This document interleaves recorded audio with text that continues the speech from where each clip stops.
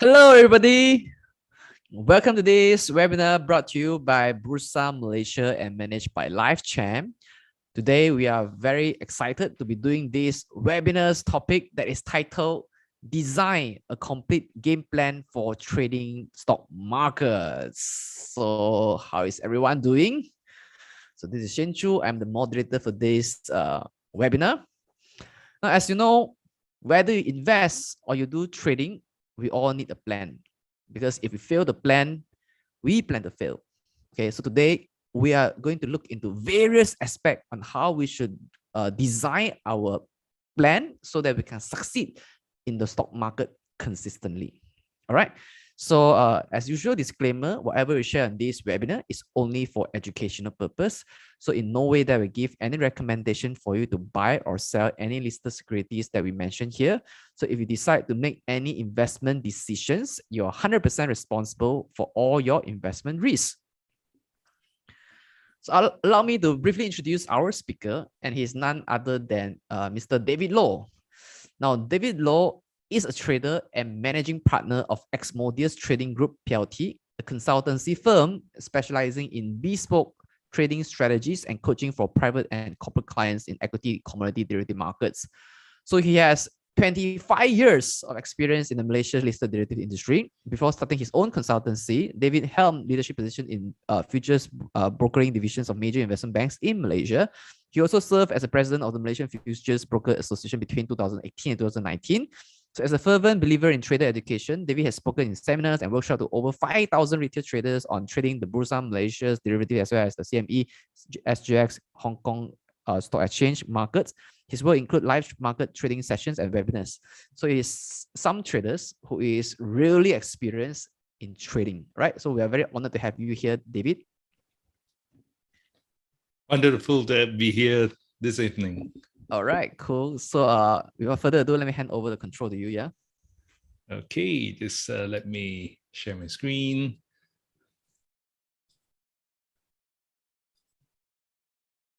Okay. Shane, is that good? Yes, perfect. Okay, so let's go. Thank you, Shane, for the wonderful introduction, and a very good evening to everyone joining us this evening for this night's topic, design a complete game plan for trading the stock markets. We will be going through a lot of very interesting stuff, okay? Some of you know some of this stuff, okay? Some of you may find that a lot of new things as well, so I hope everybody joining us this evening will have a good productive session, and we'll find things they can use after this evening session.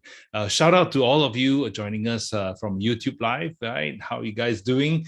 Hope you guys out there are doing well, and welcome also to the webinar. Okay, so let's start. Okay, let me get this panel going first. All right. Okay, so this is done and this is done.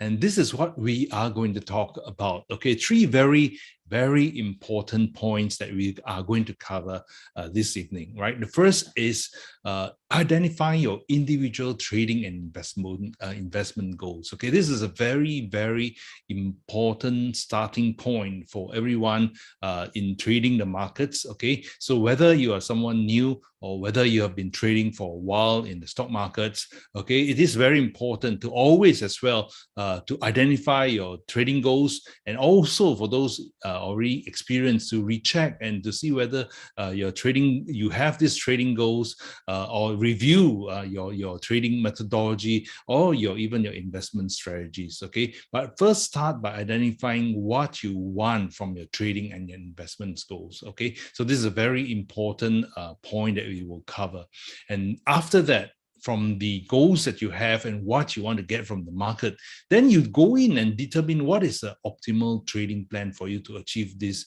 trading and investment goals. Okay, so we start by knowing yourself, and then later going into the market and find what types of trading strategies will be suitable for what you want to do. All right. And at the end of it, of course, once you get on started trading, you also need to know, okay, and know how to analyze and review your trading and investment performance, okay, so that you're staying on track with what you intend to do, right? So we will talk about these 3 points, okay, and expand on all these 3 points. So let's get started. Okay, so before we jump into the main material, okay, those of you who have been trading for a while or who have been searching for information for a while on YouTube channels, on Google, I'm sure you will have a lot of these advertisements popping up right in your face, okay, telling you about what is a good strategy, right? They have this fantastic strategy, and a lot of people say that no, how you can sack your balls and trade full time, how you can make $1 million just by investing a few hours per day. They can teach you how to do that, or they have the insider secrets to making it big in trading. So a lot of people have a lot of promises on a lot of advertisements, right?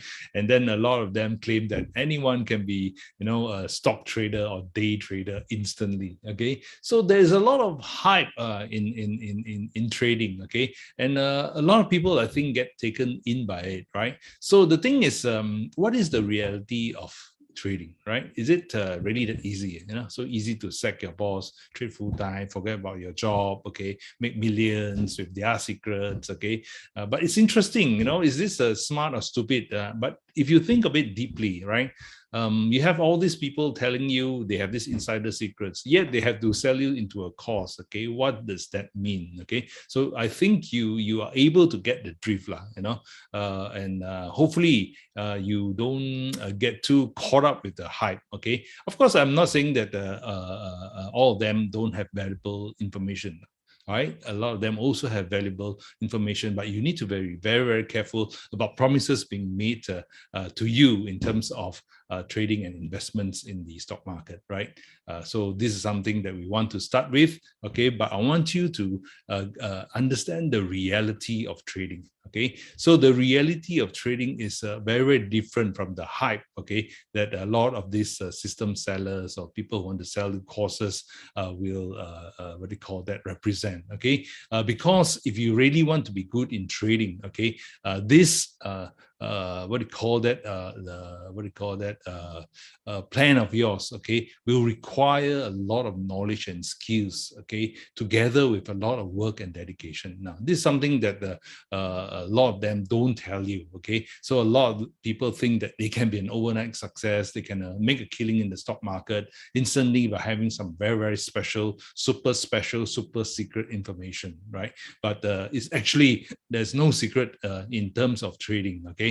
A lot of the whatever secrets that are promised can be found online, okay, or in very, very good trading books. But the important thing is work and dedication, okay, because to be successful, like in all other business, you have to put in the effort, right? So successful trading is actually a process, and it's a process of developing and executing a winning trading strategy, which has 3 very important components, okay? And these are the components that I will talk about and let you know where are the important critical points you need to know about these 3 points, okay? The first is trading methodology. And the key thing about your trading methodology is the trading methodology needs to have an edge, okay? And how do we find the edge? Later we'll see, okay? How do you analyze whether your trading methodology has an edge, okay? Number 2 is money management. Again, this is very, very important part of the trading strategy, okay? You need to be able to manage risk, and you need to be able to know how to size your risk when going to the market, okay? So that comes under money management.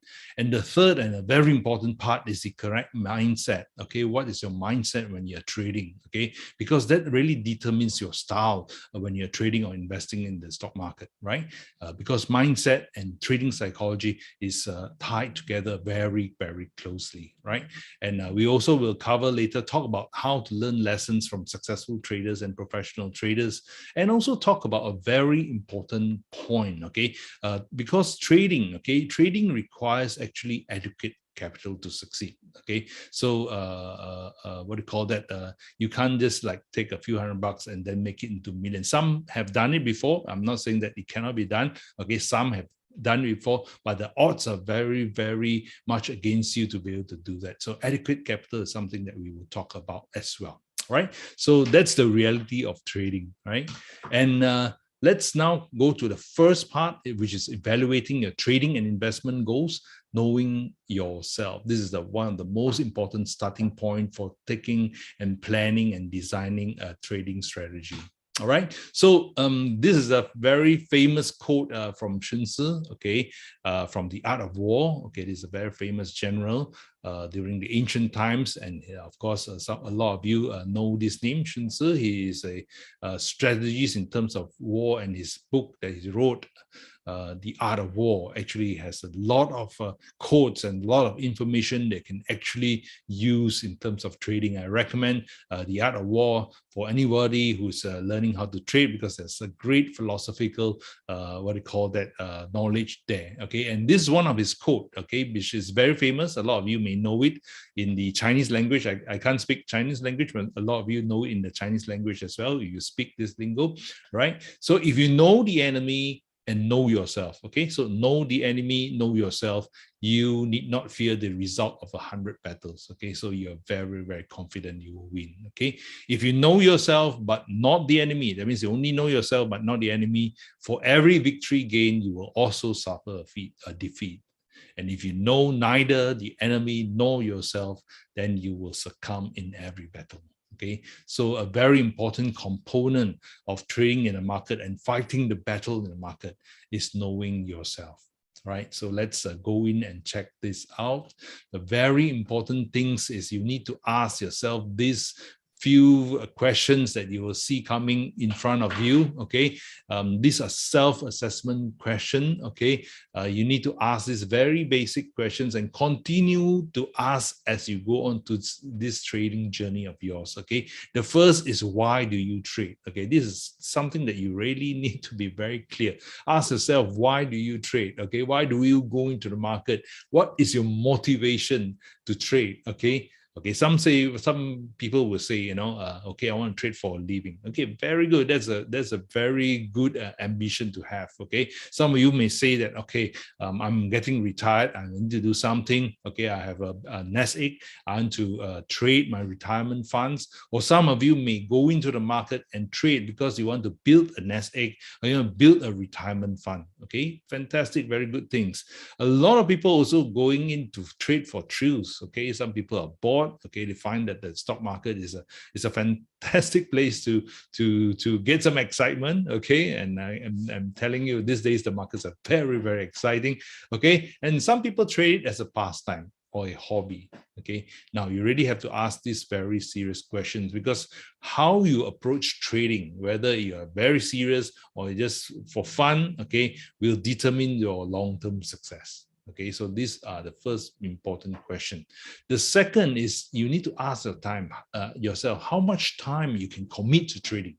Okay, so if you are retired and you can trade full-time, okay, fantastic, right? So you have to ask yourself, do you have a lot of time to spend, commit to trading? Okay, because time you need for watching the screen. Okay, if you're a day trader or full-time trader, you need to be watching the screen. Yeah, if you're full-time employed in a permanent job, it may not be practical for you to trade, say, day trading, for example. Okay, because day trading requires you to have screen time to watch the screen. Okay, do you have time for analysis? Okay, so your time for analysis will determine what sort of market analysis can you do. Can you do like fundamental research, or can you do or you go prefer things like technical analysis, right? So those are the things as well, whether you have time for analysis. And of course, the last one is the time for trade management. Okay, looking at your orders, okay, putting in orders and all that. Do you have that kind of time? Okay, so whether you have time for all these different commitments in terms of what will be needed in order to trade, you have to ask that question seriously, because that will determine your trading style as well. Okay, so the next one is this question. As I said just now, capital is a very important thing. How much capital you can commit to trade? Okay, because when you trade, or if you put your money into the market, This is called risk capital. Okay, so is your risk capital that you put in the market really risk capital? It's a very important question you ask, right? You cannot be putting in milk money to trade in the market and put at risk your milk money, right? Yeah. What is your risk and loss appetite? Can you take a loss? Okay, that will determine your strategy as well, whether you can take a more aggressive strategy or you might have to take a more conservative strategy. Okay, so how much capital you have can also restrict or not restrict the way you trade. Okay, and the last one is psychological comfort. Okay, so some people have the money, but they are not comfortable in risking a large sum of money, right? So that everybody has a certain limit in terms of what sort of physical or psychological comfort when it comes to risking money, right? So that will determine in terms of your risk and money management, what types of strategy you will employ in risk and money management. Okay, so that's those are important points that you need to ponder as well. Okay, and on the right side, of course, you can see what is your return expectations. Okay, everybody have very high expectations. Okay, so some people will say that okay, if it can return me 10 to 15% a year, that is fantastic. I'm sure a lot of you will agree that 10 to 15% return is fantastic. I mean, you just look at what is your FD rate. Okay, although it's gone up in the last couple of months, but then if you can consistently take 10 to 15%, it's fantastic. Okay, but so to some people, 10 to 15% may be unexciting, right? To some traders, what is 10 to 15%? Okay, they are thinking of monthly returns of 10 to 15%. Okay, not to say annual returns. Yeah, is that possible? Well, that's possible if you have a strategy for that and if you are good at that. Okay, or are you going for killing? You going for that 10 bagger? You going for that 1000% return kind of thing, right?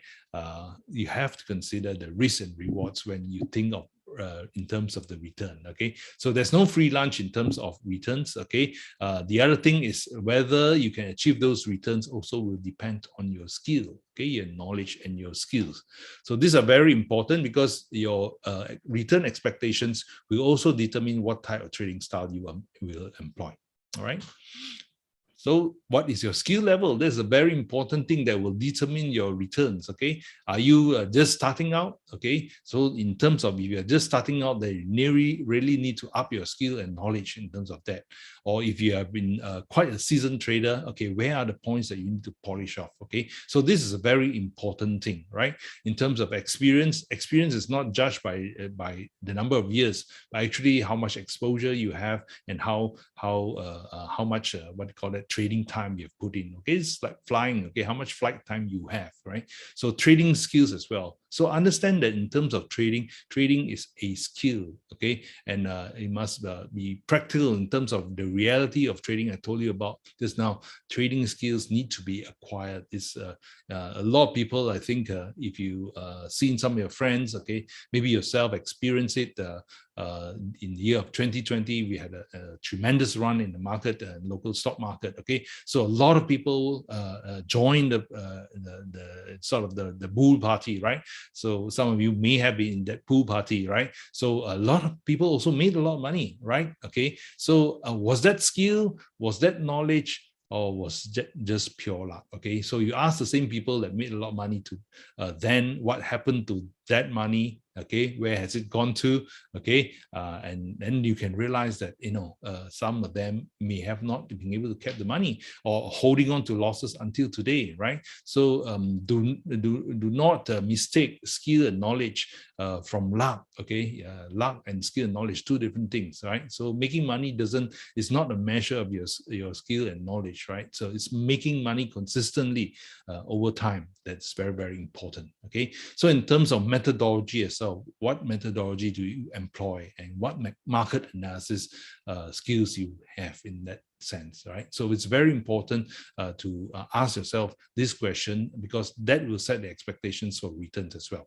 Okay, and the last question is, what are your trading beliefs and your psychology? Okay, your risk appetite, your risk tolerance. Okay, what is your confidence level? Okay, how confident are you in your methodology, or you basically don't even know whether your methodology will work in the long run? Okay, so later we'll see. I'll show you a method to check whether the methodology is something that can work in the long run. Okay, so the other thing is whether you have discipline. Okay, discipline to follow a plan. Okay, discipline to follow a methodology. This is very important as well. Okay, and the other thing is the realistic expectations we spoke about in terms of your skill, what sort of returns. You must be realistic. Okay, understand that you want to be successful in this in the longer term. You need to put in the work. All right, so these are the six very important questions to ask yourself before you embark on your journey to trading, right? Even if you're on that journey to trading, it's very good to go back and ask yourself this question to see whether you have diverted, or you've crossed into a wrong path, or your path now has leading you to the wrong way. Okay, so this is very, very important, right? So after having known this, okay, then you need to know the building blocks of your trading strategy. Okay, so now we go in and talk about the trading strategy and your trading plan. All right, so let's move on. Okay, so in terms of the building blocks of a trading strategy, the important thing is these three things. You need to have a methodology. Okay, we spoke actually in the last series, last segment of the series that I did. Okay, about the methodology. Okay, you need to have the money management, what do you call that, strategy, and you need to have and understand your trading psychology. So all these three added up will become your part of your trading strategy. Okay, so you may be quite curious why the circle seems to be of a different size. You see, why do I put methodology in a smaller egg, money management in a larger egg, compared to methodology and trading psychology being the largest egg? Okay, so in terms of the importance, as you move into your journey on trading, you will find that in the end, after you've mastered, or at least have a very sound methodology, and after you can implement your money management, the one that is going to stop you to your ultimate success will be your own trading psychology, right? So that's what we spoke about. The mindsets of the trader is very important. Okay, your confidence, your discipline is very, very important component. Okay, so we will go in and talk about that afterwards. Right, so let's move on. Okay, so when we're talking about trading methodology, okay, which is what approach are you going to use in terms of your trading methodology? Okay, are you going to use basically can be divided into, categorized into two types? Okay, one is called the discretionary approach. Okay, so what is discretionary approach? And this is a popular approach. Okay, why is it popular? Because it's a lot of people start this way. Okay, because they never really ventured into looking at a very good method. Okay, so everybody mainly starts this way. Okay, so you enter and exit trades based on feel. Okay, what does that mean? Based on feel. Okay, so basically a lot of people have some knowledge. Okay, some read the news. Okay, they read the news and they see something very interesting coming up in some companies. Okay, or they can read some charts. Okay, because they've seen some YouTube videos of they study some charts. They read some charts. Okay, or they hear something. Okay, and hearsay and hot tips. You know, it's one of the very popular ways to get news on some hot stock, right? So after having this chart pattern, read some news, hearsay, hot tips. Okay, you will hear themselves, or you can hear yourself say, okay, I feel I can buy this stock. Okay, now when you see or hear yourself say I feel, okay, after seeing a chart, I feel can go in now, read news, I feel this stock is good, right timing, hearsay and hot tips, wow, I feel. Okay, when you hear yourself in your head saying I feel, this is called the discretionary approach. Okay, why is that called discretionary approach? It means that your decision is made by the trader. Okay, then you say, David, hey, isn't it obvious? All decisions are made by the trader. Yeah, yes, true. I understand. But you'll be the one executing the what do you call that? The order into what do you call that? But then you need to distinctly remember what is this decision. The trade is done by the trader, of course, but the decision is made by the trader. That means from the I feel feeling. Okay, whether it's news, charts, or hearsay, okay, it's made by you, okay? Okay, if you don't understand what I'm saying, let's consider the next approach called the mechanical approach. Then you will understand, okay? Mechanical approach is rule-based, okay? So every time you go into the market, there's a rule why you go into the market, okay? Why you enter the market, okay? There is a rule, whether it's a technical chart rule or whether it's a fundamental, certain fundamentals meet your ratios, you go in, okay? Exits as well, they have the rules, right? So this method is structured, disciplined, and non-emotional. Okay, there's no ideally there's no feel. I don't feel, don't feel, then you buy. The system and decisions is made by the methodology. So this is the distinction between the mechanical approach and the discretionary approach. Okay, so decisions made by trader and decisions made by methodology. So that's a different, the very big distinction there. Okay, so there is a methodology, there's a method that says that, okay, this rule has been this criteria has been met, whether fundamental or technical analysis, then I'll go into the market, okay? And when do I get out? When I get out, when this certain signal come in, or certain of the ratios do not show or no longer reflect the figure that one, then I get out of the market, okay? So this is a very important thing to understand, right? And if those of you who are starting out to trade, I would highly recommend that you try the mechanical approach, okay? It's not that discretionary approach cannot work, okay? Some very seasoned traders have the system inside them, okay, in terms of they have the rule base inside them already. It's like they are in a way, you can say that they are in that experience, are very talented in that sense. They can do it, okay, but not everybody can do this, okay. And when you ask them how they what do you call that, achieve the success, a discretionary trader will not really be able to tell you the methodology, okay, yeah, because it's based on that particular field that he has, right? So mechanical approach is something that I will highly recommend for those starting out, and those who have not used it before, I would really recommend that you try a mechanical approach to trading, all right? So you have rules-based for entries and exits, and a very structured and disciplined way so that it removes emotion from trading, right? Okay. So in terms of the trading methodology, of course, after you determine your approach, then you look at the setups, your analysis, how you analyze when to enter the market, how you identify the trade, whether to go in or go out, okay, your rules, your trading plan, okay, how if the market goes against you, what do you do, okay, if the market's profitable, what is the strategy of taking profit, okay. And lastly, of course, is part of the trading methodology, you will need to have a way to measure your success, okay. You need to analyze the data from your trading, okay, and this is something that a lot of people don't do, right?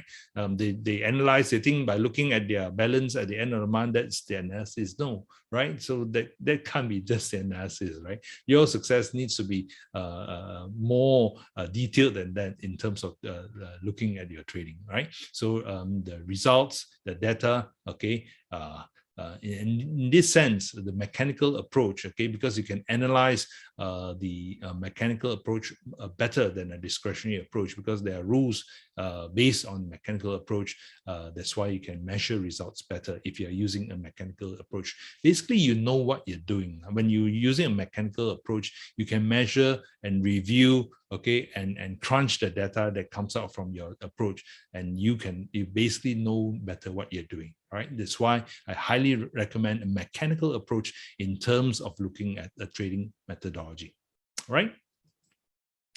Okay, so now let's talk about trading and investing. So, I've been using this word trading versus trading more than I'm using this word investing, right?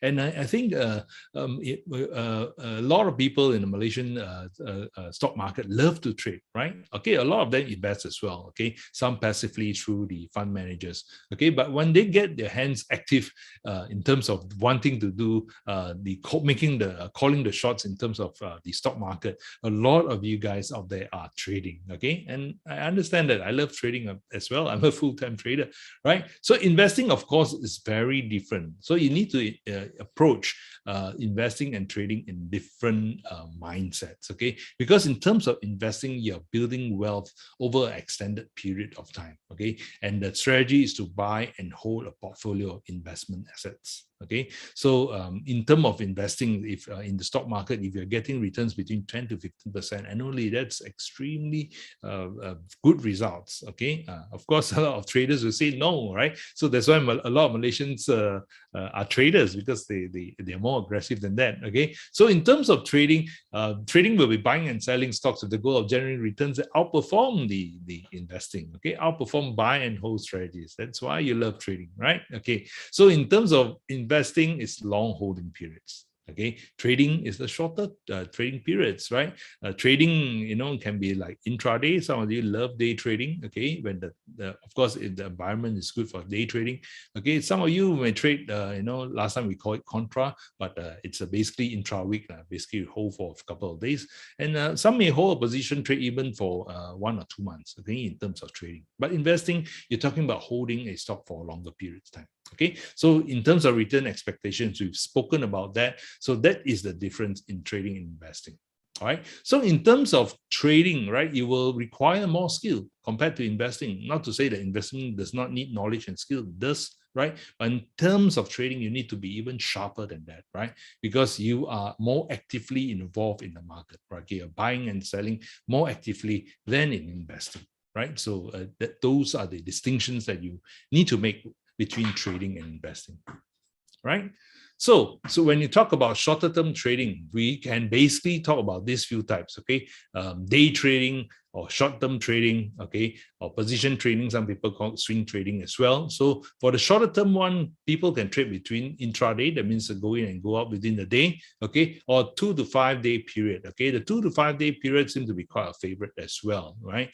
This basically, in terms of the strategy, you are trading some specific news events. Okay, it could be earnings, or it could be some political economic events that may impact the stocks that you trade. Okay, so this move is maybe a very big move or an expected move for the short term, right? So for those day traders and short term, they will look for stocks of that characteristic. Okay, so in terms of stock selection, okay, it could be current volume leaders. Okay, it could be the stocks that have rising volatility, right? So if you're using a chart, okay, as I use charts and technical analysis, then your chart time frames for this type of trading will be 15 minutes or 60 minutes, right? So for day trading, 15 minutes will be the types of charts that you're looking at. And for the shorter term, between a 2 to 5 day trading period, you may be looking at a 60-minute chart. In terms of position trading, when you're looking at a medium-term 2 to 4 week holding period, okay, then it's a different thing, right? You are trading for capturing a larger price trend, okay, or a swing in the trend, right? When it changes trend, right? So your stock selections are stocks with clear trends currently, or stocks that are making a trading reversal or market direction change. Okay, and we have covered this topic in terms of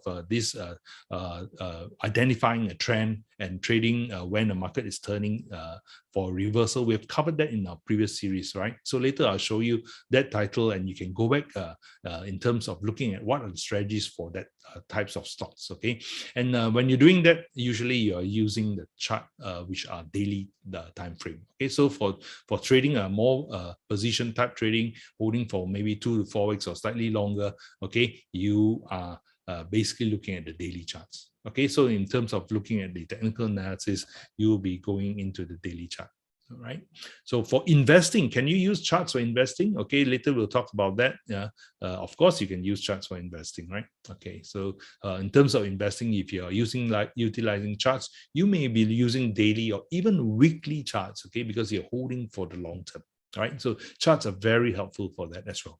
All right, so your trading plan needs this very important thing, okay, which is you need to keep it simple. Okay, simplicity wins over complexity. Okay, so as part of my work also, I design trading systems using algorithms, and one of the measures of whether the algo or the trading strategy is good is whether it's the rules that it generates is simple, okay, and not very complex rules, because the robustness of a trading system is the simpler the rules are, the better for the longer term, the more it's more the stronger and more robust it can it can perform, right? So in terms of complexity, if your rules are very complex, you will make trading decisions very difficult, and then sometimes it'll be very confusing when you need to make so many complex decisions to come to a decision to trade. Okay, so simplicity wins over complexity. Of course, it needs to be logical and rational.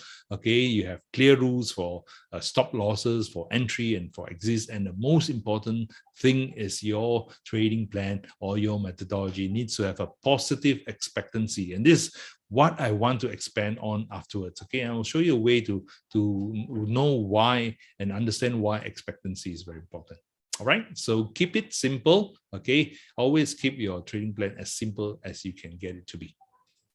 Right, so in terms of market analysis, okay, there are so many things in the market, which one to use. Okay, and what I show you here, all these are already the stuff that I've gone through myself, that I've learned myself. Okay, so you say you can use economic data, you can use things like candlestick and analysis, so Fibonacci, WGAN, astrology. I have clients that you use to trade astrology, the moon cycles and all that. Okay, so many different things: Elliott wave, Dow theory, pattern, stats, price action, ratio, black box. Wow, I tell you, these are everything that I've learned over the years. Okay, so I can tell you for sure that you really need to simplify everything. Okay, I'm trying to make decisions based on all this information, it's going to be an overload. Okay, so when you actually look at market analysis, you are basically opening up. There's so much available, so much choice. Okay, so spoiled for choice. Okay, but as I say, the key thing is make sure the strategy is whatever you use is simple and robust, logical and rational. Okay, so market analysis is really like a box of chocolates, right? So in terms of looking at that, of course, market analysis falls into two very big categories, which is fundamental analysis and technical analysis. Okay, so can both of them be used together? Yes, they can be used together, of course. Okay, but in terms, if you're trading the shorter term, if you're trading, say, the day trading, or you're trading for a trend in next 2 to 3 days trend, then fundamental analysis may not help you as much as technical analysis, because technical analysis can give you the timing. Okay, timing when to get in and get out. Okay, whereas fundamental analysis, as you can see over here, it focuses on qualitative and quantitative factors, which are slower to develop, right? Corporate results, financial statements, all them come out on a quarterly basis. Okay, economic data may come on a monthly basis, but these are, in terms compared to technical analysis, which is the analysis of price, behavior, and volume, tends to be less reactive compared to technical analysis, right? So among the shorter term traders, the favorite, you can see that a lot of them use technical analysis, right? We need to react very fast to the price and the action in the market, right? So in terms of longer term investing, the fundamental analysis, of course, is very, very helpful, right? It gives you the background of the company, how they are doing, okay, their profit record over the number of years, over a number of quarters. These are important things as well, right? So for those who are even trading technical analysis, of course, when you're picking your watch list for the stocks that you're trading, of course, you will look at that this particular stock is fundamentally sound as well, right? So in terms of using between fundamental analysis and technical analysis, a lot of traders use technical analysis because they're trading the shorter time frame. Okay, they're basically trading shorter time frame. That's why they choose technical analysis, right? So now, after you decide to trade, the big second challenge you come up is what stocks to trade. Okay, there are so many stocks on Bursa Malaysia. Okay, which one to trade? Okay, so you will need to build yourself a watch list. You cannot watch all the stocks, right? So you need to build your watch list. Okay, and what are the criteria? What are the considerations when you watch for a watch list? Okay, or put stocks into your watch list. The first, for me, okay, volatility is very important. Okay, you need to buy a stock that moves, right? So who wants to buy a stock that doesn't move? Okay, nobody want to do that, right? So price movements and fluctuations are very important because volatility equals opportunities. Okay, so it's very important to measure. So how to measure a stock that has volatility? Okay, we'll show you some ways to do that.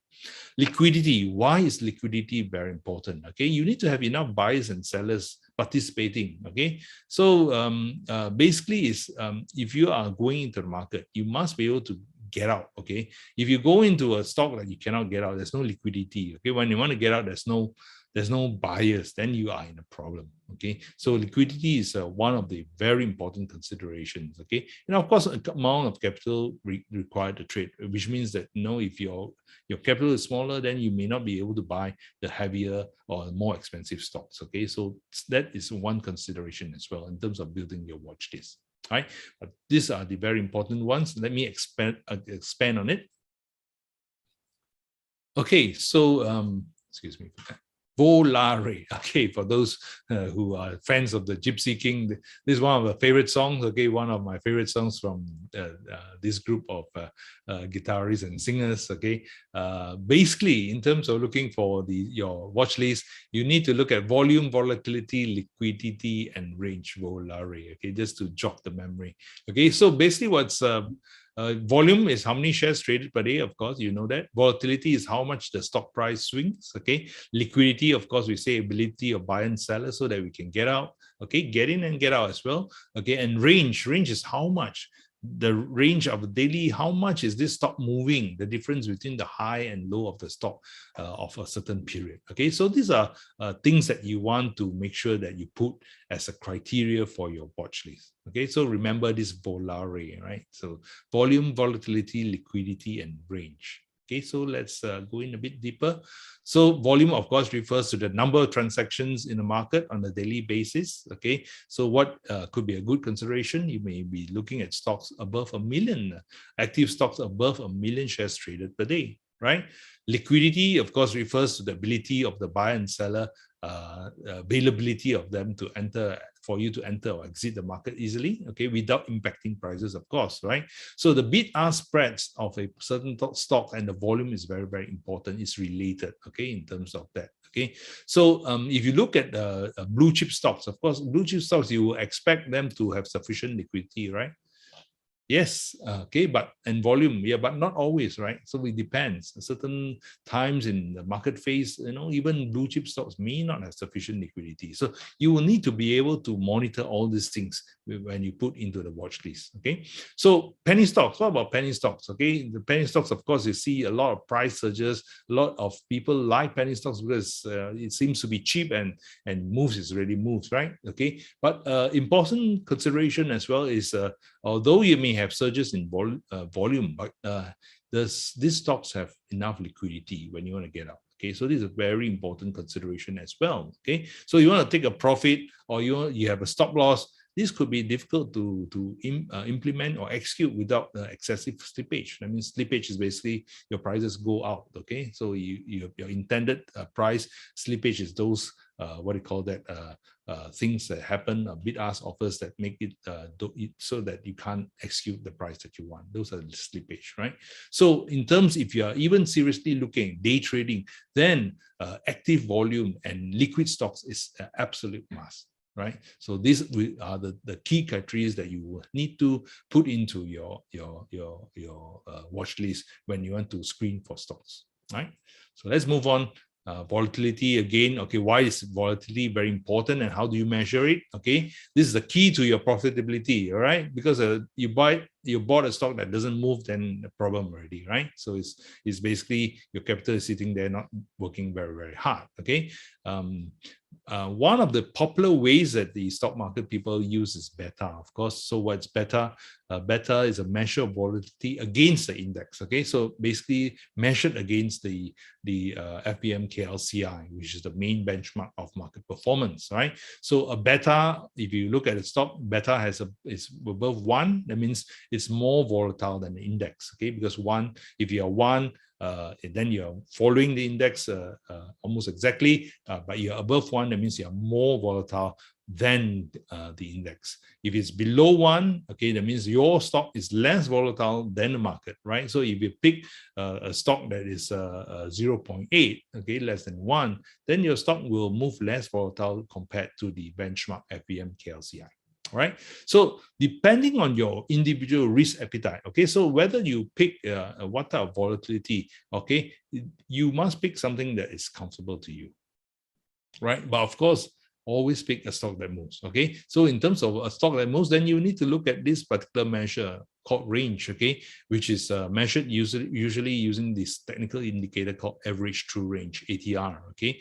And this measures the volatility of a stock. So basically it measures on, say, if you use a ATR for a daily chart, then for the daily expected average, the range is how much, okay? So that will tell you the movement, okay? So let's say, for example, if the ATR is 5 cents or 10 cents, what is saying that on a daily basis, this particular stock, okay, moves either 5 cents or 10 cents. Okay, so the average can change, of course. Okay, but usually a lot of traders use ATR to measure what sort of movement can that particular stock move. Okay, so for example, if you have a stock that is 1 ringgit, okay, and the ATR is 5 cents. Okay, so basically a stock that is currently at 1 ringgit, ATR of 5 cents, that means it can move about 5% averagely over a day's period. Okay, so that's how you gauge the range using the ATR.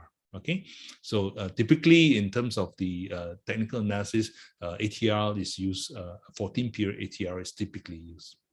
Okay, so that's volatility and range analysis. Okay, so when you build your watch list, you through the wonders of technology these days, okay, and you have to, of course, use a stock screener, right? You have to put in your criteria and then screen those stocks, and then pick those stocks and put into your watch list. Okay, okay, so 10, 15 years ago, you had to pay a lot of serious money for stock screeners. You had to subscribe to the service. Nowadays, it's free, right? So you can get it. Some brokers provide you with facility to do that. Some of the systems have stock screeners, right? You have a lot of online websites that can use their stock screeners as well. Okay, so your selection to pick the stocks to build your watch list, okay, we use a market or stock screener, okay, basically to shortlist a selection of stocks with your criteria, which is volume, volatility, liquidity, and range. Okay, but of course, I would have to say again, if it is advisable to be familiar with at least the stocks that you are picked for your trading. Okay, you must need at least have some idea of the stocks or the sector that your stock you are picking to trade. Okay, it's better that way. Although some people may say it's not absolutely necessary. Of course, technical analysis is supposed to tell you everything, right? But it's better to know something about the stock you buy and sell as well. All right, so in building a stock list, let me show you a sample over here. Okay, this is what I did using a free online stock screener, okay, from investing.com. Okay, so they have a list of the Malaysian stocks as well. Under, in fact, you have a stock screener for the whole global stocks. Okay, I can use it for Malaysia, and this is the criteria I applied to come up with this list. Okay, so basically the filter is the market cap more than $500 million ringgit. Okay, the volume, daily volume is more than 1 million, average 3-month volume above 1 million. Okay, beta above 1.1, and ATR more than 5 cents. Okay, so once I press this screener, it gave me this selection of stocks, and this was in on 24th of May.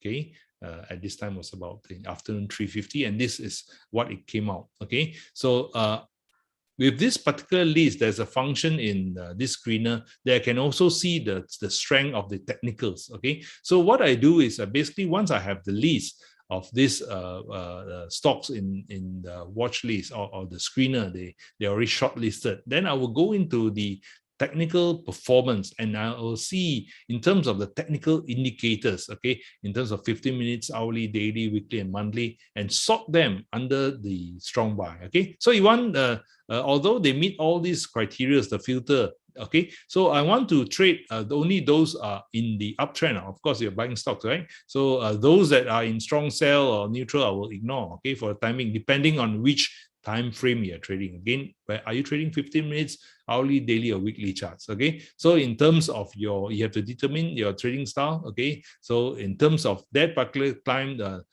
Boston Plantations had the what do you call that? The strong buy for all categories. Okay, hibiscus in this particular sample, when it came out in the filter, was strong buy for daily, weekly, and monthly. Okay, so basically the longer term. Okay, so this sort of gives me an easier way. So from here, once I see this short list of stocks, then I will use this and go into my technical analysis and software and my methodology and analyze this list of stocks. So if, let's say, for example, I'm interested in trading the daily chart, okay, so I'll basically take the top 5 of this on top of the list and go in and analyze for the entry and exits.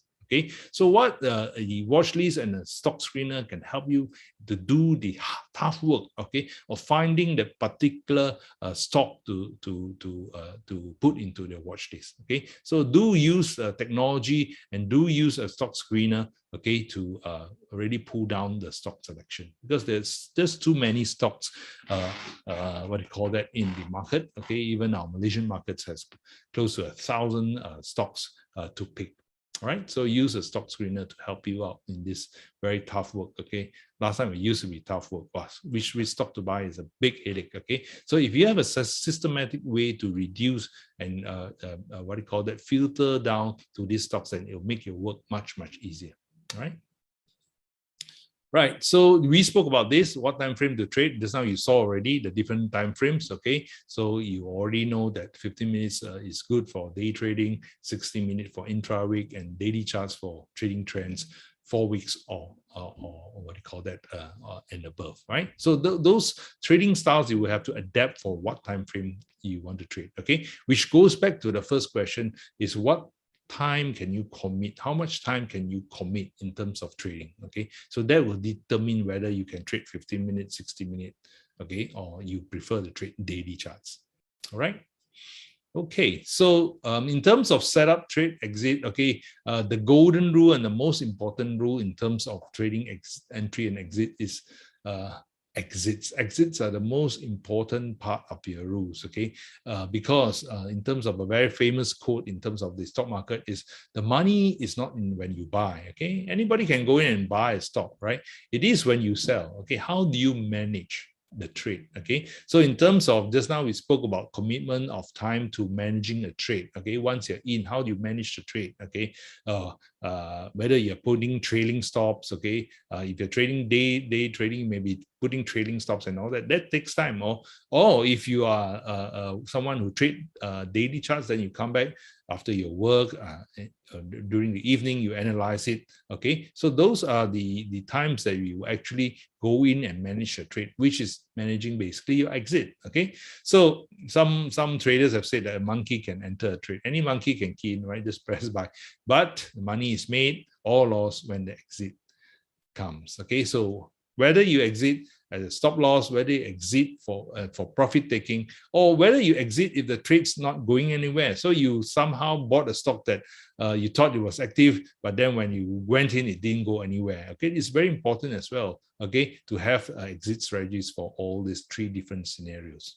All right, and of course, the most important exit of all is your stop loss. And this is one of the money management and risk management rules that you need to have, okay, put into place every time you trade.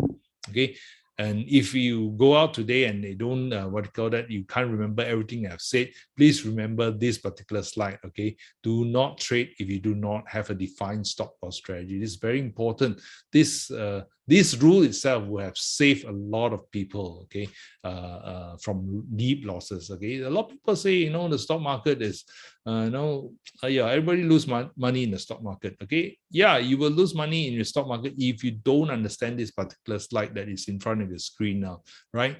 If you trade without stop losses, you don't have what do you call that, airbag. Okay, you drive, even all your cars these days are equipped with airbag, mandatory, right? And trading, okay, when you put yourself into a financial risk and you don't have any protection, okay, basically what does a stop loss do is basically gives you the protection, okay, protection against what, okay, it's basically protection for your capital, right? Because you have to be practical, okay? Not all trades will be winners, right? And the market, not all times are bull markets, right? So you need to have this stop loss to preserve your capital when the winners come, right? So, you can't be losers all the time. Of course, if you catch a wrong phase of the market, of course, it can be wrong because it's a systematic risk, right? Right. Like the COVID-19 pandemic, when stocks really took a nosedive, that's a systemic risk, okay? All stocks went down. So that can be helped, okay? That can be helped other strategies called hedging and all that, okay? But not through stock selection, okay? So you need to have a stop loss that will preserve your capital so that you can come back into the game again when the market comes back, right? So every time you trade, immediately you put in a stop loss if your system can permit that, okay? Or you put instructions with your brokers to say that if it's reached this price, then please alert me, I may want to get out. Okay, so it's very important. If you can put a hard stop loss in terms of putting in a system, that's even better. Okay, so have that, know that, and you know where your stop loss is before you actually go in and trade. Okay, it's very, very, very important. Okay, I can't stress this particular slide. You can call me Chong Hei, long-winded or whatever. Okay, if I bug you on everything, I will bug you on this particular slide. Okay, so different types of exit stop loss as well in terms of fixed dollar, percentage, technical stops. These are basically in terms of your money management strategies, what type of stops you use, right? So I personally use both fixed dollar and technical stops as well. Okay, depends on the signals of my charts. Okay, there is a quote, okay, by Victor Niederhofer. Okay, and this is a very good book that I recommend you to read, The Education of a Speculator. And this guy traded with George Soros. And during his time when he traded with George Soros, he was saying that 10 years with George Soros, I've never heard him speaking about winning trade. Okay, to hear him talk, you think he had nothing but losses. Okay, so even George Soros don't only talk about his losers, right? He don't boast about his wins. Okay, but conversely, listening to the biggest losers, Victor said, the biggest losers are the ones that talk about the big wins and never talk about their losses. Okay, so that's the contrast between a winning trader and those traders who are not successful. Right, so stops can make the difference between a successful or not successful trader. Okay, so in terms of profit taking, of course, yes, you need to have a systematic way to take your profits so they can fight the emotions of greed, as is the main purpose. Okay, and it's also a way to achieve a consistent result. Okay, so if you're day trading, then you really require you to be able to consistently, of course, day trading is smaller profit targets, okay, to be successful, okay, not to be too greedy when you're day trading. Remember to be able to take your profits, okay? So the different types of profit take exits, also you have the fixed dollar, you have the percentage of price, you have the technical stops, which is triggered by your charts, okay? And of course, you have trailing stops, okay? This is a very useful stop, okay? What is a trailing stop, okay? For those who are new, a trading stop basically is as the market goes for you in terms of your profit, you will slowly bring up your stop losses. Okay, so that one, if, let's say, for example, the market moves up and then when it comes down to a certain percentage or fixed dollar, then you'll be out. Okay, so basically you try to maximize the run of the trend that you have. Okay, so trading stops is a very, very useful way of protecting your profits. Okay, so for those who want to look at technical stops and how we place technical stops, okay, we had this session called the high probability trading strategies for catching early stock trends. You can, I think, check it out in the YouTube channel, Google for this, or you could live stream. We probably can leave you a link as well to in this video for this session that we had previously. All right, so that is methodology and how to catch. It's very interesting session for those who didn't join us during that session. Please do look out for this particular session and see how you can trade the strategies for catching early stock trends. Okay, so we move on. Okay, let's talk about numbers now. Okay, knowing your statistics, okay, it's very crucial. Okay, and without numbers, you are basically trading blind. That's why I basically very highly recommend that you trade a mechanical approach, okay? And professional traders know their statistics, okay? A lot of professional traders monitor their results, okay, of their trading methods, okay? And a lot of them test out these strategies before they actually put money on it, okay? So the key question is, what is your trading edge, okay? What is your trading edge, and how do you calculate whether your system or your method has a trading edge? Okay, so let's have a look.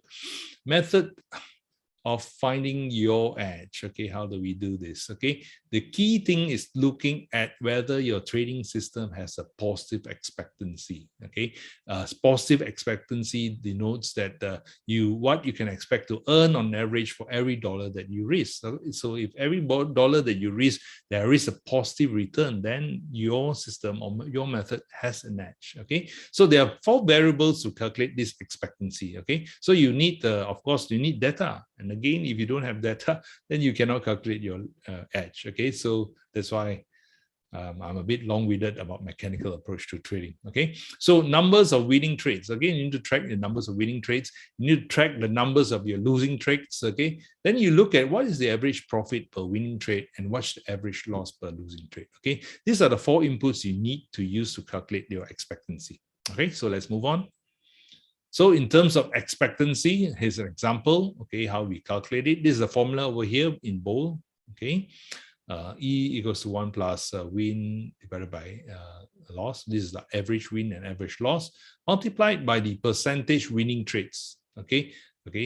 So this is how you do it. Let's say, for example, you have an average win of 2,000 ringgit, an average loss of 1,200 ringgit. So your percentage win, okay, is 0.52, okay, slightly more than 50%, right? So you plug that into the system, and the system gives you a 0.387 expectancy. So this is positive expectancy. So thumbs up, this is good. Okay, you have positive expectancy that means for every dollar you risk, you have a return of 0.387. Okay, so this is very, very good. All right. So if you plug in and your numbers, let's say in the next one, okay, you plug in these numbers. Now you have a system that gives you an average win of 1,000, average loss of 1,000, and you win half the time only. You lost half the time and you win half the time. So is this a good system, you want to ask? Okay, so you plug in the figures, okay? E equals to 1 plus W over L times P minus 1. So what do you get? You get 0, okay? So this is a system that if you have a system that average win 1,000, average loss 1,000, and you only win or lost half the time, then you are basically wasting time. Okay, you are losing time and losing the capital returns on your capital that you have got if you invested in something else. Okay, so this is very important to analyze. Okay, whether the system has this 0 expectancy. Don't waste your time, because you trade until 100 years or so, nothing will come out of it. All right. So the next one is example number 3. Okay, average win 1,000, average loss 2,000. Percentage win, now higher, 0.6. It can be better than 50-50. So is this a good system? Oh, okay, plug the numbers in and you get what? You get minus 0.1, negative expectancy, right? So what does negative expectancy basically tells you? In the long run, every dollar you invest, you'll be losing money. You're not getting a return on your money, right? So, okay. And please look at this and tell me whether this is familiar. Is this a familiar figure? Average win 1,000, average loss 2,000. Actually, sadly to say, a lot of people trade a system that has this kind of numbers, right? So because it's very natural for people to quickly take their profits, and then when the losses come, they'll continue to hold. Okay, you may have heard horror stories of people who have held the stocks for 10, 20 years, okay? Held from don't know what price until now almost nothing. Okay, so how do you recoup? How can you be successful if you trade a system like that, right? So if you're trading a system that has this type of expectancy, basically guaranteed to lose money, right? So don't do it. If you have a system with this kind of numbers, don't do it. Okay, yeah, it's better to keep your money, let your money be professionally managed rather than be a trader. Okay, so that's the harsh reality for you. All right. Okay, so in terms of data, you need to keep a trading log. Okay, so these are the things that you need to keep. Okay, I won't run through it too much. You can go through this again, but things to record, of course, when you enter, when you exit, quantities code, okay, where you put your stop loss or the entry price, okay, and after that, exit price, gross profit, after net of brokerage was a net profit, okay. You need to also calculate your equity, that means your balance, okay, and to see your system, what's the drawdown. Drawdown basically, if it loses money, when does it recover again? Okay, so all these are numbers. If you check in the internet, you will have those definitions for this. Okay, and these are very important. Okay, when you keep a trading log. Okay, so keep your statistics for and analyze it after 50 to 100 trades. Okay, if you can have 50 to 100 trades, that would be a good number of trades. And then you analyze what is your net profit, what's the winning percentage, okay, what's your average win, average loss, and you calculate your expectancy. Okay, so this is very important, and it's more easy to keep the data for a mechanical approach. All right, let's move on. Okay, testing and evaluating a trading system. Obviously, all those numbers you need to have, but two crucial measurements is the win percentage. Okay, and a lot of people tend to spend too much time on this win percentage. Okay, looking for a system that holy grail gives them like 75%, 80%. Okay, those systems are very rare to come by. Okay, be careful of a person that offers you that kind of statistics, because if I have that kind of statistics, I will keep the secret very close to myself. That would be a trade secret that nobody want to share with you, right? So if everybody willy-nilly shares with you, oh, my system 95% accurate, wins 95% of the time, there is the other thing that he is not telling you, and most of the time they never tell you this particular crucial measurement, which is the win-loss profit ratio, win-loss ratio, average win over average loss. This is something that we probably won't let you know. Okay, so don't concentrate only on the winning percentage. Also know that system's win-loss ratio or profit factor, the gross profit over the gross loss, is very important, right? So no point having a very high percentage of wins, but then when you lose money, you lose a lot. When you make very little. Okay, so that doesn't make sense, right? So if you have those numbers, you're able to calculate the expectancy of the system, so you know whether this system can work or not. Right? So these are very, very important considerations when you're testing or evaluating your system. Okay, so money management, okay, very important. I give you a few guidelines. Okay, the first thing is, as we said, always preserve capital. There is always a time with the market that will come and you'll be, what do you call that? You are able to trade profitably.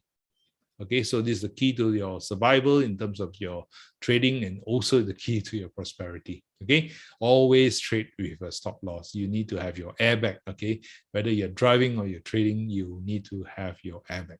Okay, risk no more than 2 to 5% of your trading capital on any trade. Okay, so this is a money management rule that has always been used. Okay, and also a position sizing rule that a lot of people use, the professional traders use. Okay, so always calculate your win-loss ratio. Aim for a win-loss ratio of 2 or more if you can, or a profit factor of 1.5 or more. All right, so use position sizing. Increase your size in terms of when your profits, you build your account size bigger, then you need to also trade a position size that is commensurate to the size of your account, right, to maximize the returns, right? So in terms of capital, let's talk a bit about capital. Okay, when you talk about professional trading, okay, if you want to approach trading professionally, not necessarily in the sense of a full-time, but you're doing it like a professional, then you need to treat it like a real business. Okay, needs to manage like a real business, right? So even if it's a part-time business, okay, trading may be part-time for you, you do it after your work, it's still needed to be treated seriously, right? So in terms of capital requirement, okay, in terms of capital requirement, if you're trading part-time, of course, different from a full-time basis. Okay, so a lot of people who say that, oh my, I love trading, I want to be a full-time trader. Okay, so the key question is, do you have the capital required, okay, to risk and also have the reserve funds? Okay, a lot of people forget, if you want to have a full-time trader, you don't get your success immediately. Even when I retired to become a full-time trader, I don't immediately, get the success that I want. It takes a bit of time, right? And usually it's between 1 to 2 years, okay, where your strategy gels and you know yourself better when you're full-time trading. Full-time trading is different from part-time trading, obviously, right? So you have things like operational cost, space, charting software, but the most important thing is time and income that you are not having when you are on full-time basis. If you are relying on trading as a full-time income, okay, and say you left your job, okay, you bought into the hype of kicking your boss out of your life, right? So now you are full-time. You need to have at least reserve funds for 12 to 14 months. Who's going to pay for your car? Who's going to pay for your house? Okay, who's going to pay your kids' education, stuff like that. So remember, if you're really going full-time, okay, you need at least two years or 12 to 24 months of reserve fund. Okay, if you're trading, don't immediately give you the results. Okay, so this is very, very important.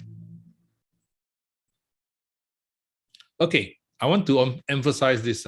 Okay, whether you're full-time or part-time, scared money. Okay, what is scared money? Okay, money you cannot afford to lose. Okay, or money that you must mentally, that you cannot what do you call that? You cannot afford to lose. Okay. So because when you trade, you must be mentally prepared to lose it all. If you don't have that kind of frame of mind, or your capital just cannot lose one, okay, you are in deep trouble. Okay. Nothing can help you, honestly, in terms of trading psychology. Nothing can help you. Okay. Fearful money is a guaranteed way to lose in trading. Okay. There's no other guaranteed way than fearful money. Okay, so money that you borrowed just to try to make a killing in the stock market, or it's the same as basically when you have that kind of frame of mind. You're basically just like going to a casino. You're treating the stock market as a casino, and I can guarantee you, most of the time, you will lose it all. Okay, so you have to ask yourself, can you walk away from a loss? If you can't, this money, I cannot lose it because it's my children's milk money. I lose it, they can't drink the milk.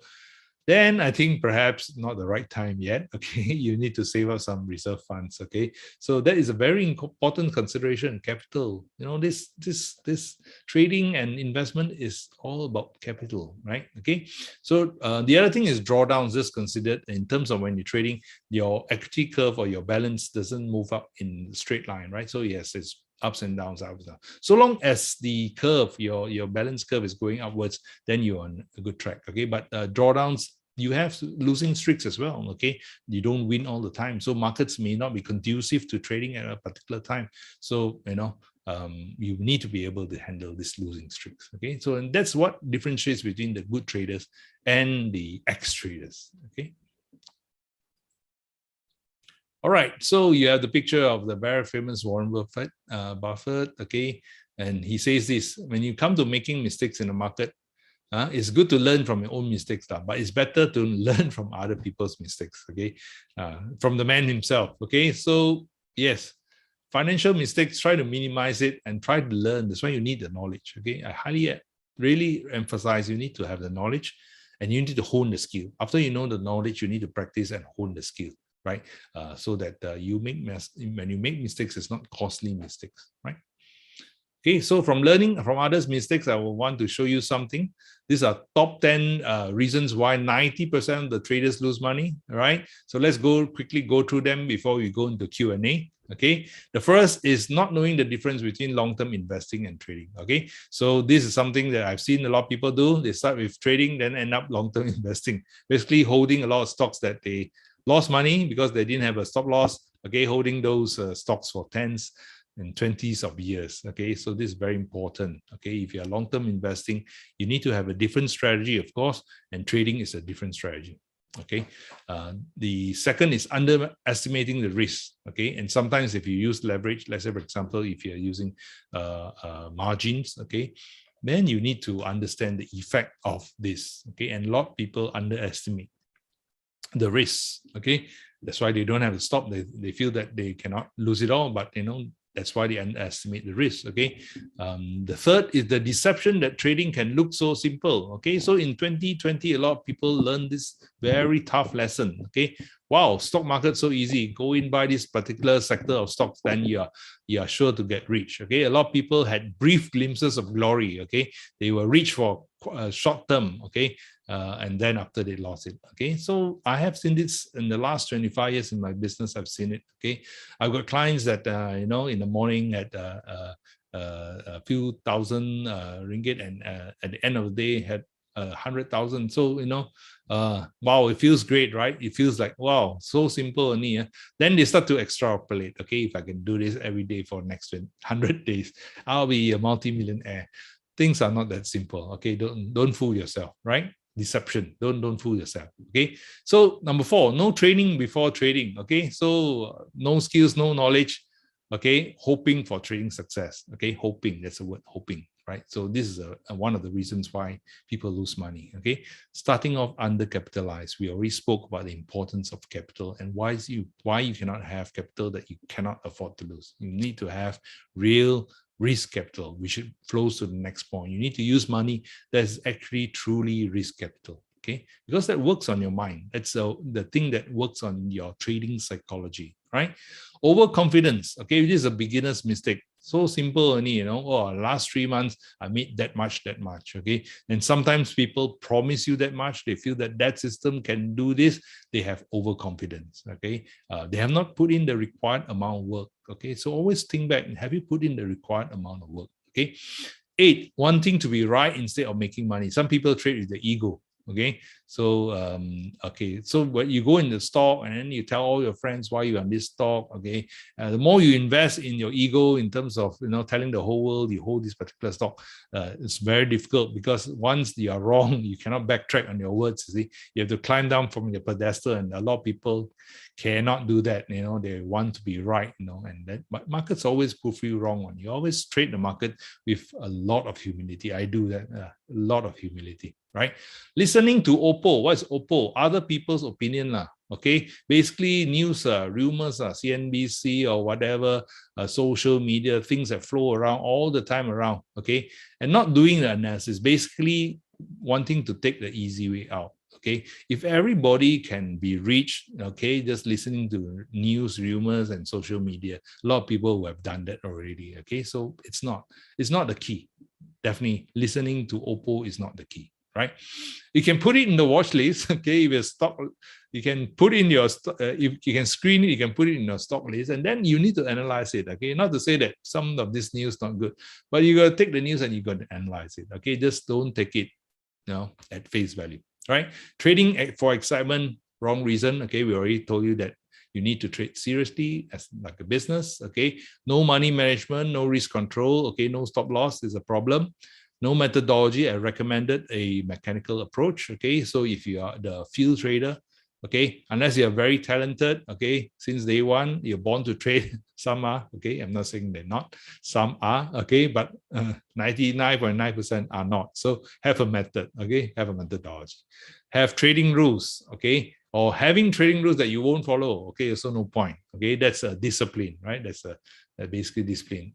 Having unrealistic expectations of your trading returns. Okay, so when you're first starting out, your skills not that great yet. Okay, so your expectations, you need to temper those expectations. Okay, over trading, this a lot of people do. Okay, silang, I fight with the market. They put in all their money. Okay, they sell their car, they go and mortgage, they sell everything and put in the market. Okay, not enough lagi put inside, but over trading, taking too much risk. Okay, basically when you're taking too much risk, that means you're above your risk capital already. You're already way above your risk capital. Okay, no discipline, no patience. Okay, seeing trading as a hobby and not a business is a serious one. You need to it's just hobby. Some people are not serious about their hobby, right? Some are, but a lot are not. Hobby is hobby lah, it's pastime only, right?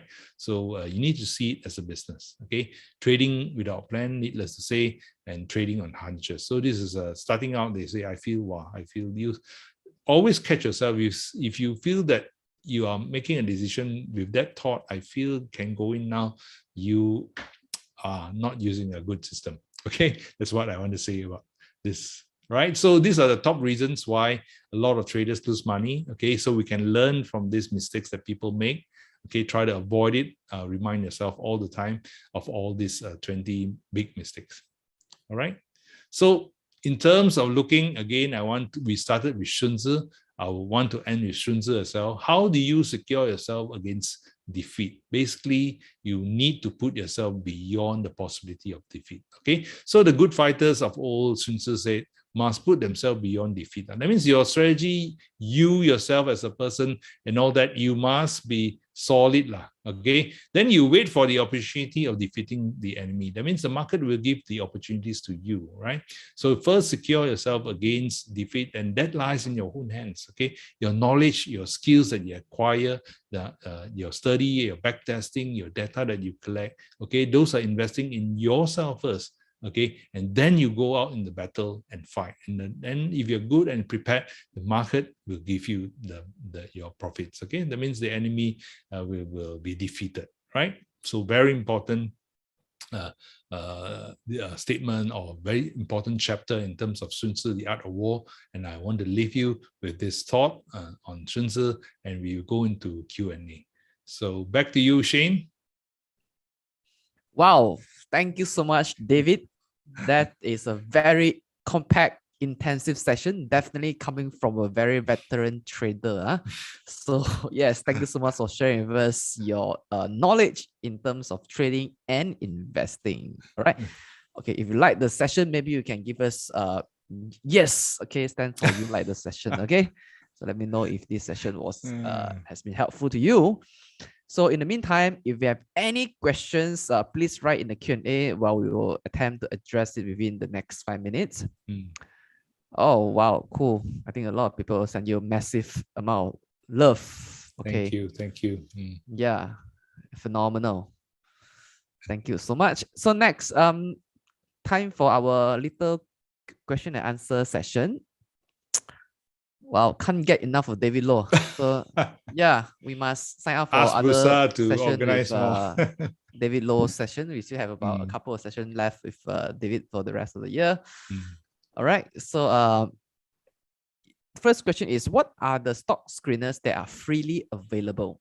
Can you share some? Okay, one of them which I use, which is quite useful because some of the functions, it depends on the functions. Okay, I use investing.com, which is a free one. Okay, but be careful as well when you go into investing.com. There's a lot of this advertising. So if you ignore the advertising, okay, you go in and sign up for it. And the one you saw just now, which I flashed on the screen, is from investing.com. Okay, one thing good is I can integrate not only the fundamental analysis, but I can also look at the technical analysis as well. So it's got the function for technical analysis. So some stock screeners online, some are fundamental based, right? Talking about earnings, ratios and all that. Okay, some have both. Okay, so if you have one that's both, that'd be great. Okay, so you can even go into, I think KLSE screener, I think has got a screener as well, right? Like its name. So just type in screener, stock screener for Malaysian market,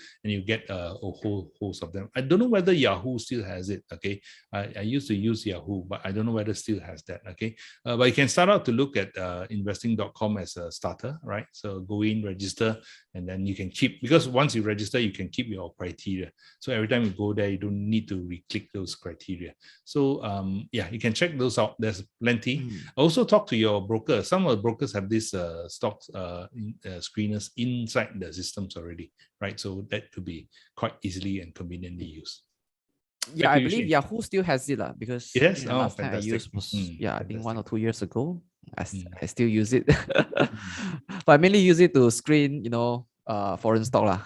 Okay, not so much of local stock. That's my usage. Okay, right. The next question is by Shazila. What sort of analysis approach is better?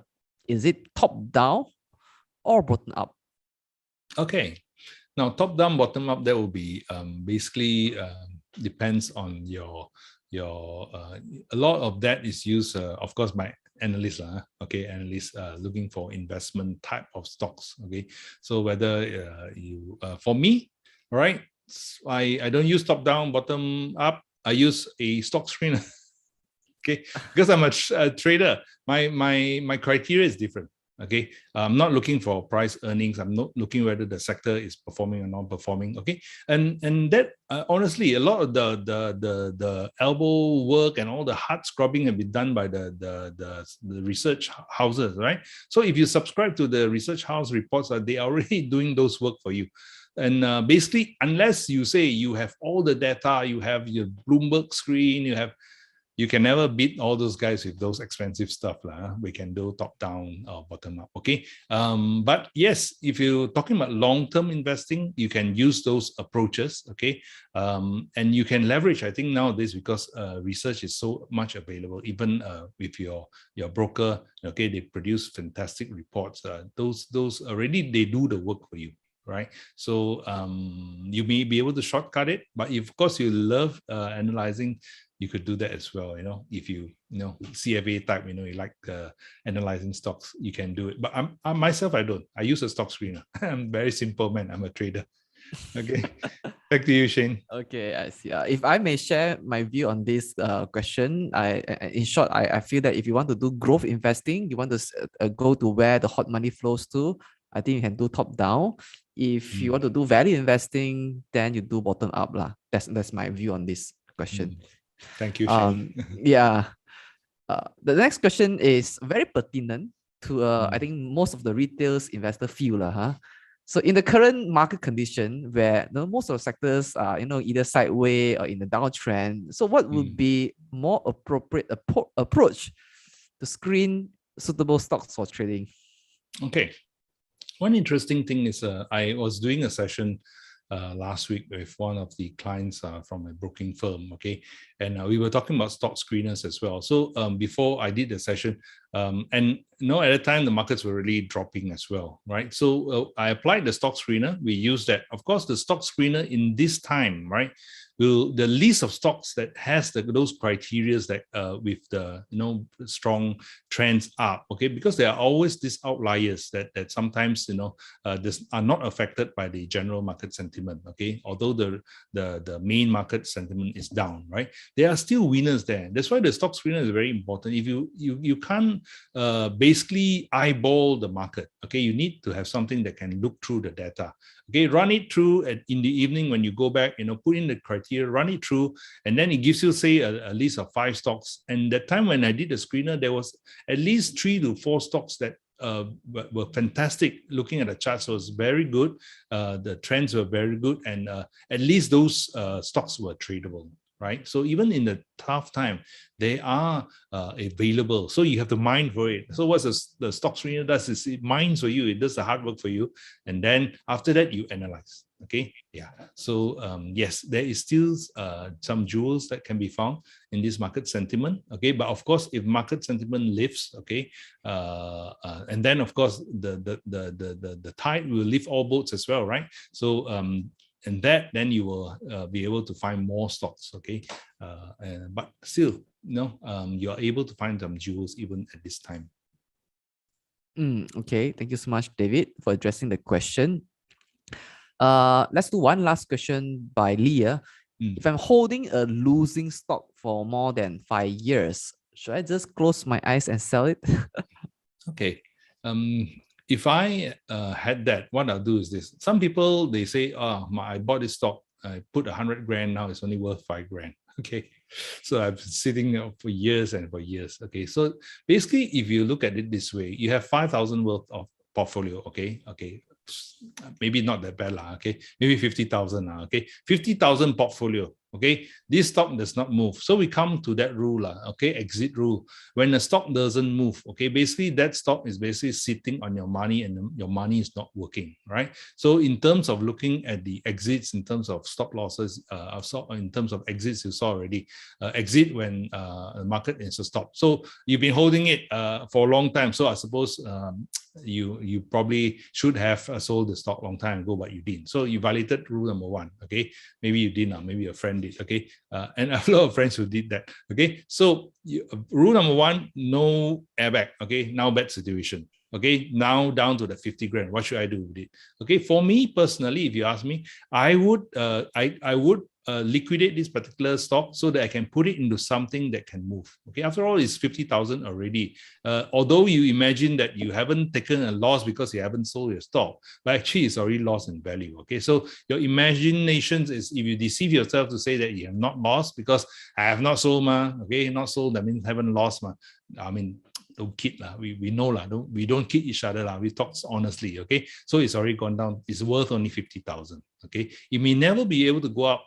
Okay, very rarely do stocks that come down so hard. Okay, unless some big catalyst changes the whole situation. But the odds are against you. All right. So I personally would have switched that particular portfolio into something that's more worthwhile to go into, that will move, that's more volatile. So the odds are better that that date stock that you're holding can now be put into something that's more productive. Okay, that would be my strategy in handling that kind of situation.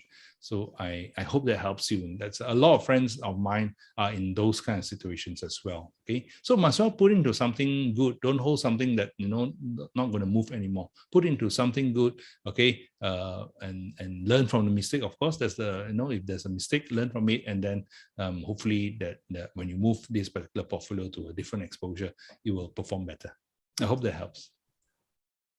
All right. Thank you so much, David, for doing this segment for us. I think all of us here now are more familiar on the various aspects we should look into when we want to design our game plan to win consistently in the stock market.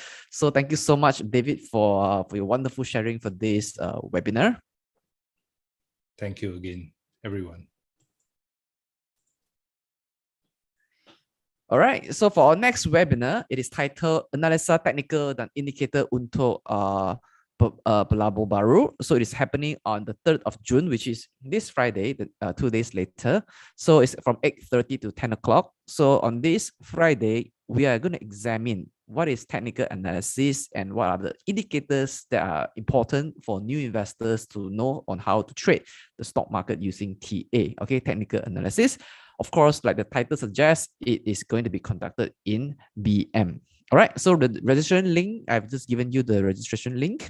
You may go ahead and register if you want to sign up for this session to understand more about technical analysis and what are the critical indicators that you can use to form part of your trading plan. All right, it could be help you to find a good trade setup. Okay, so hope to see you all on this Friday. So with that, we would like to conclude the session today. So ladies and gentlemen, you just heard from David Low, the managing partner of Xmodeus Trading Group PLT. So thank you so much, David, for sharing your insight with us on how we can design our game plan to win in the stock market. Thank you so much. Thank you so much. All right. So have a great rest of the day, guys. So see you all on Friday. All right. Bye, everybody.